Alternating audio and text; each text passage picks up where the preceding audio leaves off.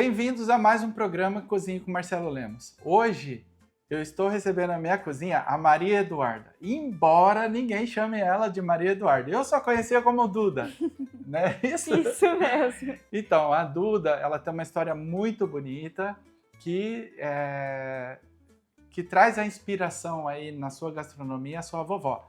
A dona Odete, né? Eu vou chamar ela de vovó Odete. Uhum. Ela que inspirou a Duda a entrar na área da gastronomia. Embora essa menina é muito precoce, ela começou com 14 anos já a fazer as suas primeiras receitas. Conta aí, por que a sua avó te inspirou tanto? Por que ela te chamou tanta atenção e que falou assim, olha, eu vou trabalhar com isso é a minha vida. E é graças à sua avó, né? Isso. Desde que eu era pequena, a gente sempre fez muitas receitas em família, ela fazia massa caseira, e a gente sempre teve essa tradição de almoçar junto com coisas que ela fazia. Café da tarde também, era sempre uma bancada, uma mesa cheia de doces, bolos, ela sempre fez sonho caseiro.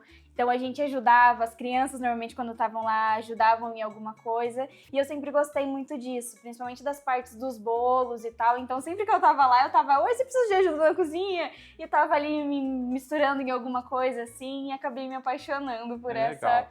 Então você era a netinha que estava sempre ali em volta da mesa e que sempre se punha à disposição da sua avó. Isso. Né? E a sua avó foi ganhando confiança e foi vendo que você tinha um certo talento e te incentivando naturalmente, né? Não é diferente de muitas netinhas aí em casa e de muitos netinhos, né, aí em casa, e que tem os seus avós como a sua fonte inspiradora, né?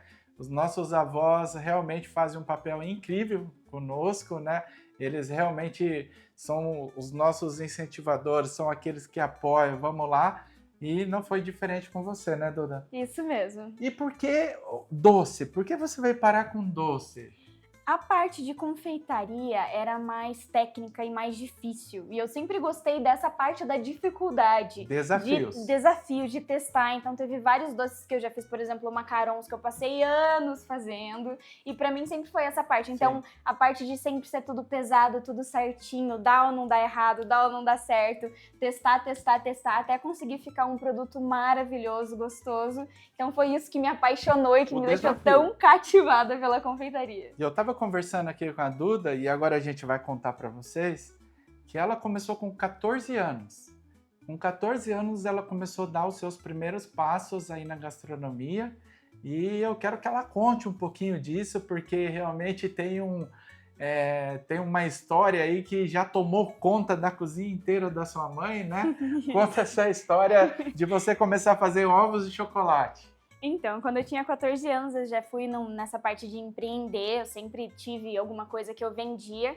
E quando eu fiz 14 anos, eu comecei a procurar na internet e eu vi que alguém fez um ovo de colher pela primeira vez no norte do país. Eu vi uma foto e eu achei sensacional. Diferente. Né? Falei, meu Deus, vou ter que fazer isso, vou tentar e eu sempre gostei. Mais uma vez o desafio, né? Isso, mais uma vez um desafio, né? E a minha mãe sempre abraçou muito essa parte minha de querer fazer alguma coisa, e eu olhei pra ela e falei, olha, vamos comprar 3 quilos de chocolate. Meu Deus. Eu vou fazer 30 cascas de ovos. Nossa. E vou vender 30 ovos de colher.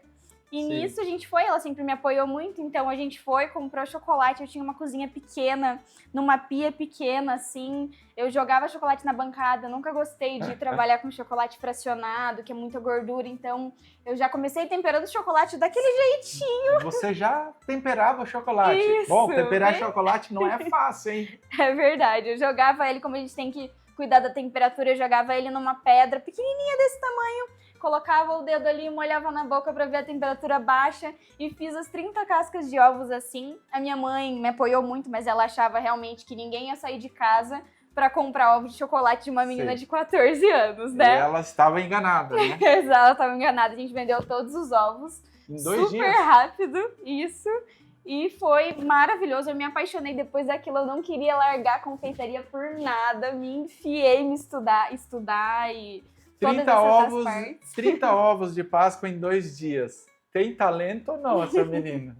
Bom, a gente fica muito feliz né, de saber que a sua avó te inspirou e a sua mãe te apoiou e que depois você veio a buscar uma formação, né? Porque você não parou por aí. Você foi buscar uma formação que é muito importante para quem quer se tornar um profissional, tem que buscar a informação, né? Exatamente. Uma escola, uma faculdade, e você foi fazer isso.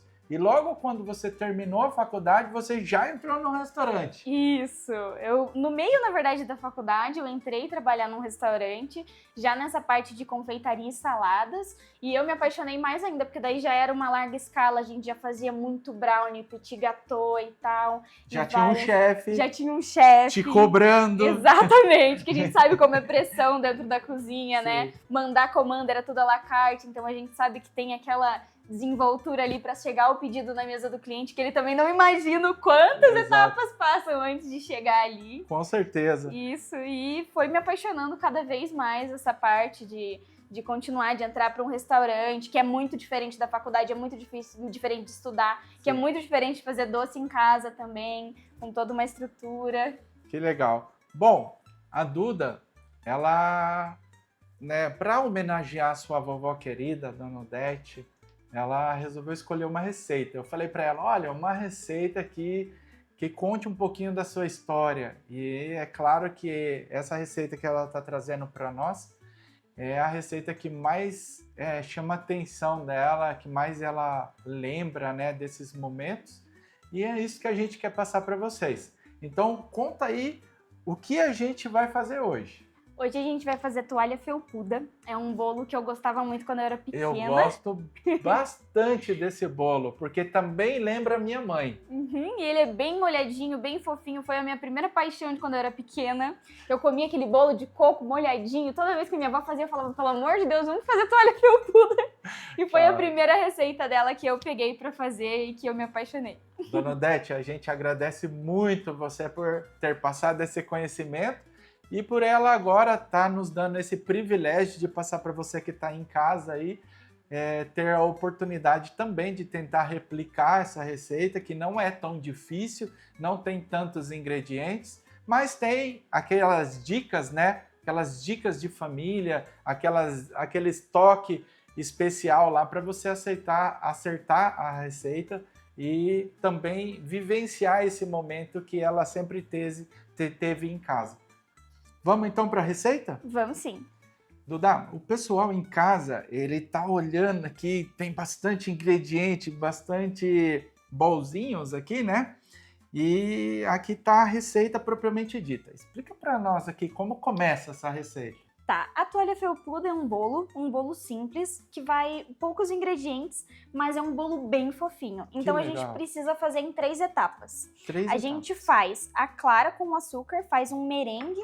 O que é isso? É basicamente clara em neve com um pouquinho de açúcar, só para dar um pouquinho mais de estrutura e ficar mais fofinho esse bolo. Eu vou fazer uma pausa aqui. Tá Desculpa. Bom. Então, a clara nós vamos bater na batedeira com uma quantidade do açúcar. Isso mesmo. Beleza, bateu ali. Podemos deixar ali de lado que vai ser usado depois. Isso, qualquer coisa dá uma misturadinha ali depois. E depois? Depois a gente vai misturar o açúcar, a manteiga e as gemas até ficar um creme clarinho e fofo. Ah, mistura uma parte gordurosa aqui, Isso então, que mesmo. é manteiga e gema e um percentual do açúcar que a gente vai deixar na receita depois. Isso mesmo. Aí depois vai misturar, vai colocar o leite de coco, o leite e a farinha em pouca quantidade, devagarzinho. Só depois a gente vai colocar o fermento e as claras são adicionadas com a espátula por último. Então aqui nós vamos bater em 3 vezes, para você que está em casa nos assistindo. Aqui vai ser batido clara e açúcar. Depois uma outra porção de açúcar com manteiga, sem sal, tá? Com gemas de ovos. Depois, num outro bolzinho, é assim? Não, a gente vai colocar junto. Já no junto? Isso, já vai colocar no mesmo bol da batedeira. A gente vai adicionando a parte líquida e a farinha. Então, a parte líquida aqui é o leite de coco, o leite e a farinha. Por último, em último lugar, o fermento. Isso? Olha, é bastante ingrediente, mas a gente vai explicando, a sequência é bem tranquila. Nós começamos por aqui, açúcar e clara. Depois vamos fazendo aqui e vocês vão entender aí no final. Duda, tem mais uma parte aqui que é a calda, né? Isso mesmo. Que é uma parte estética do bolo, é a parte que traz umidade pro bolo, né? Isso. Explica para nós como funciona. A calda, ela deixa o bolo bem molhadinho. Então, a gente faz uma fervura com leite de coco, leite, açúcar e bastante coco. A ideia é que fica uma bem branquinha de coco em cima, que é o nome da toalha felpuda. Uma pergunta. O pessoal pode em casa estar se perguntando, pode ser um coco ralado mais grosso ou você sempre indica esse mais fino? Eu uso ou o grosso ou o fino, até em flocos eu já usei, mas o mais gostoso é esse fininho. Fino. Eu já fiz até em casa com coco ralado fresco, fica uma delícia. Ah, sim, porque daí ele traz todo o frescor, traz um pouco ainda da umidade do coco, né? Exatamente. Bom, então vamos iniciar a fazer. Duda, a batedeira tá aqui prontinha, agora é com você. Beleza, a gente vai começar fazendo um merengue com as claras e o açúcar. Então a gente vai adicionar as claras. Perfeito. E vai começar a bater e adicionar o açúcar aos poucos. Me fala a hora que eu tenho que abaixar aqui para você. Pode abaixar para mim, por favor. Então vamos lá.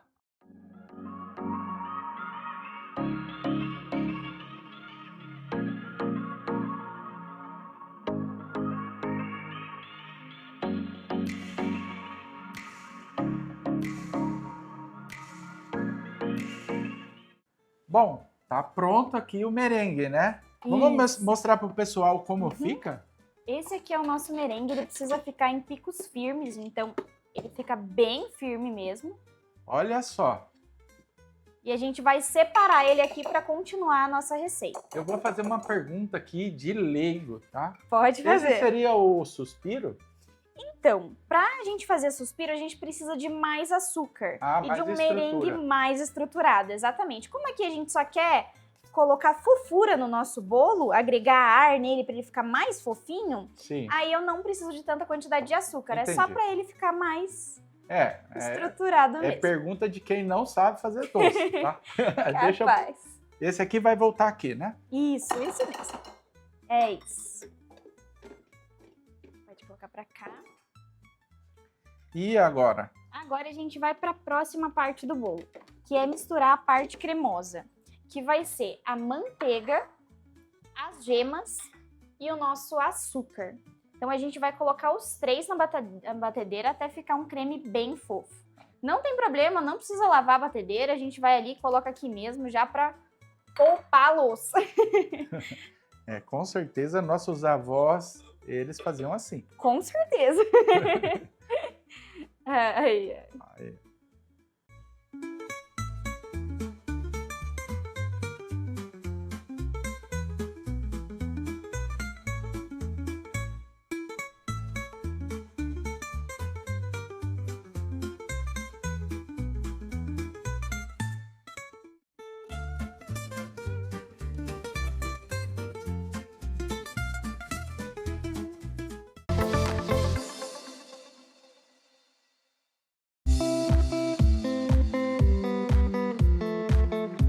Duda, terminamos de bater então manteiga, gema e açúcar. Isso. Né? Agora a gente vai misturar a parte líquida, então aqui a gente tem leite de coco e leite. Eu vou colocar os dois num bolzinho só para ficar mais fácil de eu colocar na batedeira. Perfeito. E a gente vai alternando os dois leites com a farinha de trigo na batedeira, batendo na velocidade baixa para que a gente consiga juntar os dois e ficar uma massa homogênea antes de colocar o fermento. Então aqui você vai colocando um pouquinho do leite e do leite de coco e aqui um pouquinho da farinha de trigo. Isso mesmo.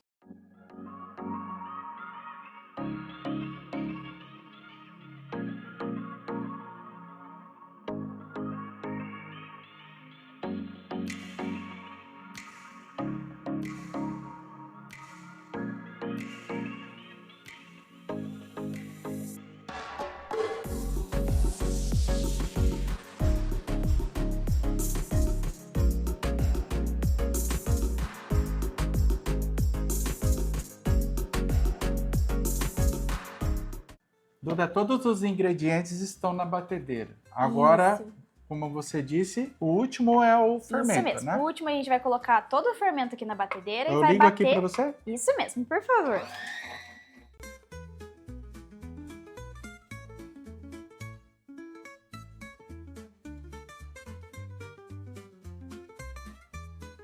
Tá ótimo. Isso, muito obrigada. Aqui agora a nossa massa tá pronta. A gente vai tirar ela da batedeira e vai misturar as claras em neve na mão. Então vou tirar aqui. Aqui pra você. Opa, obrigada. E é assim que fica a nossa massa. A massa lisa, né? Isso, homogênea, todos os ingredientes bem misturados. E agora a gente vai colocar as claras devagar. Então a gente vai colocar essas claras em 3 partes. Vou colocar aqui uma parte. Você precisa de um fouet nesse momento? Não, pode ser uma espátula. A ideia é que a gente misture ela devagarzinho, de baixo para cima, para que ela continue com ar. E a massa fique bem aerada para ela ficar bem fofinha no forno. Então a gente mistura essa primeira parte assim e depois vai colocando mais clara, até misturar toda a clara.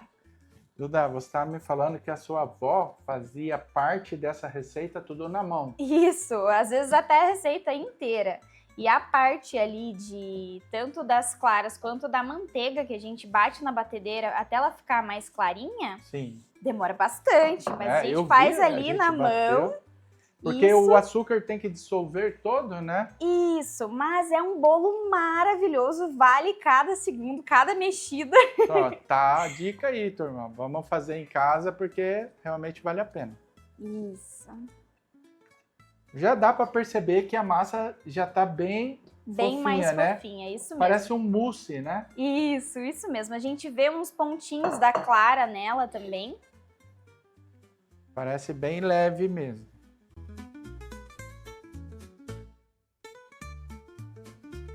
E aqui tá pronta a nossa massa. Chegou a hora de colocar a massa na forma. Eu trouxe essa forma para ela.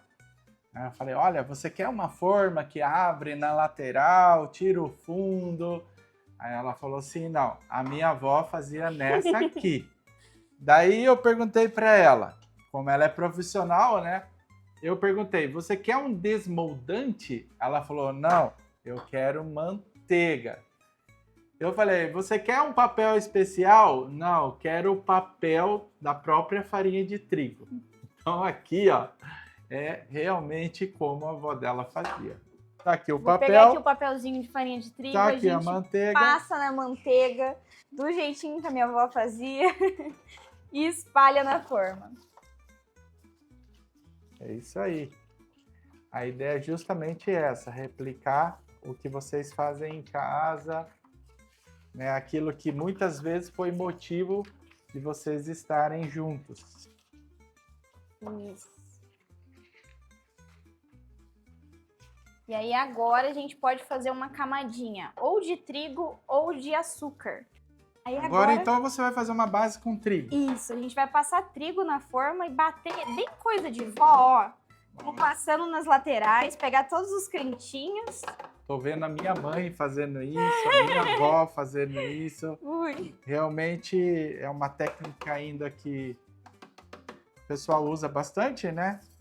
E muitas vezes no ambiente profissional você acaba optando pela agilidade, né? Isso, exatamente. Daí, então, por isso que usa esses desmoldantes, isso, né? que é bem mais fácil, a gente espirra ali um sprayzinho. É um sprayzinho, já... pessoal, que é só passar aqui na forma. Só que custa caro, não é barato, não. Isso Mas, para quem trabalha no ambiente profissional, ele é bastante útil. Exatamente. Por favor, fique Agora à vontade. a gente vai colocar a nossa massa na forma e a gente vai levá-la direto para o forno. Ela não pode ficar descansando antes de ir para o forno porque tem clara na nossa massa. E aí essa clara vai perder o ar e o bolo não vai ficar tão fofo.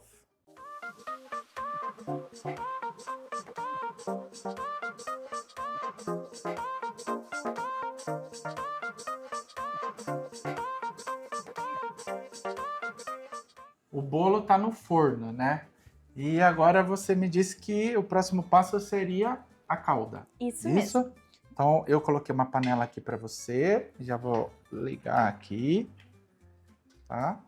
E o que nós temos aqui? A calda vão 4 ingredientes: açúcar, coco, leite de coco e leite. A gente vai juntar esses ingredientes na panela, vai misturar até dar uma fervidinha e vai colocar no bolo, tá bom? Perfeito. Vamos lá. Vamos lá.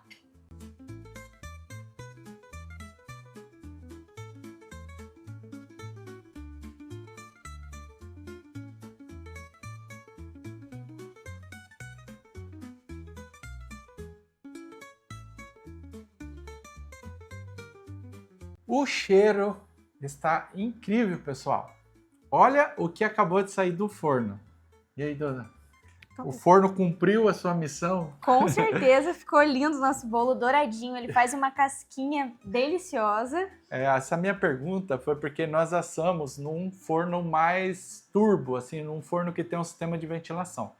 Mas você fazendo aí no seu forno de casa vai ficar igualzinho, né, Duda? Exatamente. Talvez um pouquinho mais claro, né? Isso, um Porque pouquinho menos douradinho, é normal, ele vai ficar um pouquinho mais branquinho, mas ele fica uma delícia igual. O cheiro tá incrível. Agora, eu vou te ajudar colocando aqui a calda, né, que você vai colocar. Então, isso. Fica à vontade. Essa calda, ela é bem líquida mesmo. A ideia é que a gente coloque no bolo. Então, a gente vai adicionando aqui, ó, no bolo, para ela ir entrando no bolo. O que a gente pode fazer também é furar esse bolo, pegar um garfinho, furar esse bolo inteiro, para que essa calda entre melhor. Você consegue um garfinho para mim? Sim, vamos lá. Eu tenho aqui, ó. Eu vou conseguir um para você. Ó. Muito obrigada. Então, a gente vai aqui, ó, fazendo furinhos no bolo inteiro para que essa calda entre melhor. Mas, se você não quiser fazer esses furinhos, não tem problema, porque a calda entra no bolo mesmo assim. Só que assim ele fica mais úmido, mais molhadinho. Parece que eu estou vendo aquela garotinha pedindo para a vovó deixar furar o bolo e deixar colocar a calda. Exatamente. E provavelmente com segundas intenções de poder lamber depois o que ia ficar na panela. Exatamente. Tanto isso quanto... Contei um roteiro de alguns anos atrás. Exatamente.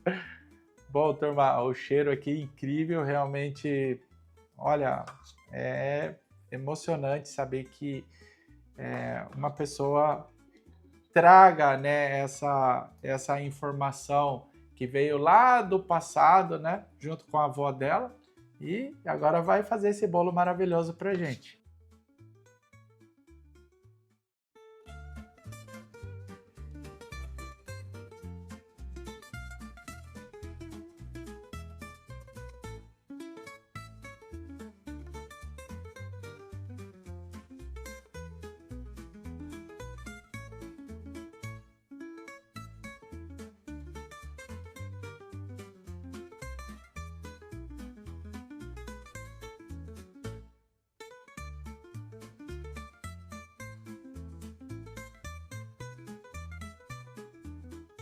Então aqui está explicado por que a toalha felpuda, né? Realmente parece uma toalha, né? Exatamente. Se deixar um tempinho mais, vai absorver toda essa umidade, né, Duda? Isso, dá até pra gente passar um papel alumínio e deixar na geladeira de um dia pro outro, que ele fica bem geladinho e fica uma delícia. Que inclusive é a nossa sugestão para quem quer vender, né? Como opção, pode deixar na geladeira, ele vai criar uma consistência mais úmida. E aí você pode porcionar, colocar no alumínio, né? Como foi a sua sugestão. E depois ofertar aí na sua cidade, que com certeza você vai ganhar um dinheirinho com a toalha felpuda. Com certeza. E agora é a hora de provar, né?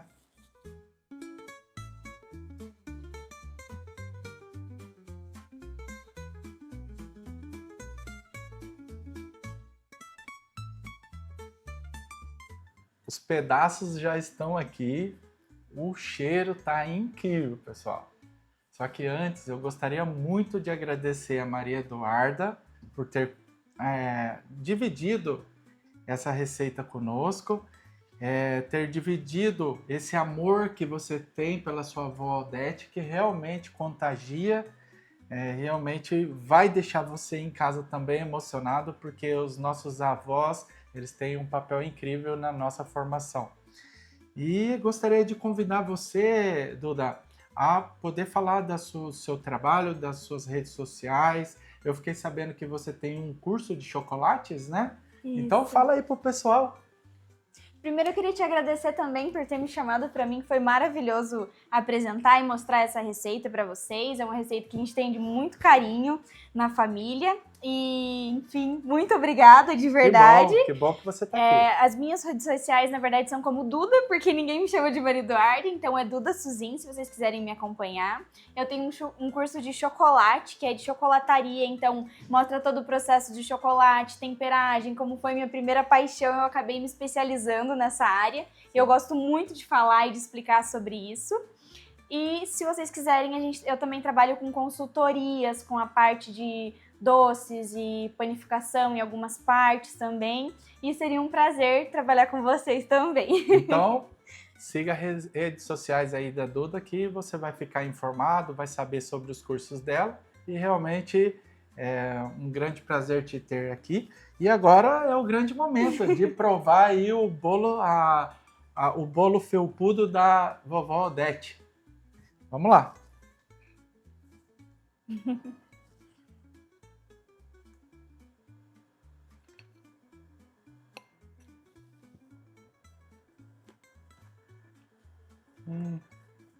Realmente ele é bastante úmido.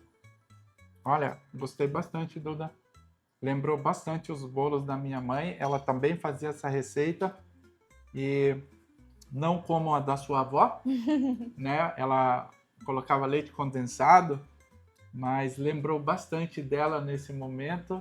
Lembrei dela, fiquei bastante emocionado. Tenho certeza que a sua avó está se sentindo homenageada nesse momento, né? E você aí em casa se sinta homenageado também, você que é vovó e que também transfere o seu conhecimento para as suas netas, para os seus netos, que com certeza eles vão levar isso adiante e vão também passar para os seus filhos aí, continuar todo esse carinho, né? Com certeza. E nós vamos ficando por aqui. Agradeço você que está aí em casa. Quem puder, siga as minhas redes sociais, Cozinha do Marcelo Lemos. Vou ficar muito feliz de ter você lá comigo. Siga nós no portal tourbr.com.br e até a próxima semana, as próximas receitas.